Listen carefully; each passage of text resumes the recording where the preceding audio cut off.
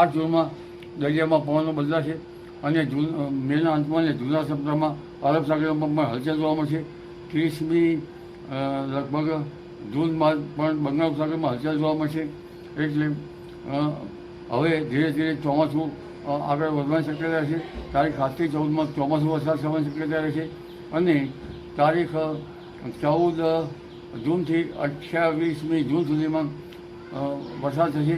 21 જૂનથી 22 જૂનમાં પછી વરસાદ આદ્ર નક્ષત્રમાં વરસાદ થવાની શક્યતા રહેશે, પણ આંધી વંટોળનું પ્રમાણ વધારે છે.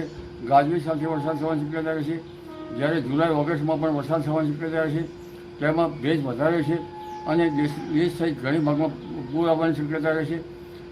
જ્યારે ગુજરાતના ભાગોમાં પણ મધ્યપ્રદેશના ભાગોમાંથી થતા વરસાદના કારણે નર્મદા નદીનું જળસ્તર વધે, સાબરમતી નદીનું જળસ્તર વધે અને તાપી નદીનું જળસ્તર વધે.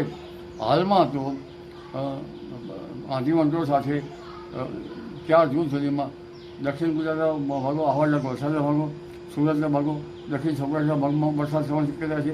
ગુજરાતના અન્ય ભાગમાં વાદળવાયુ સાથે કોઈ ભાગમાં વરસાદ થવાની શક્યતા રહે છે. Pre monsoon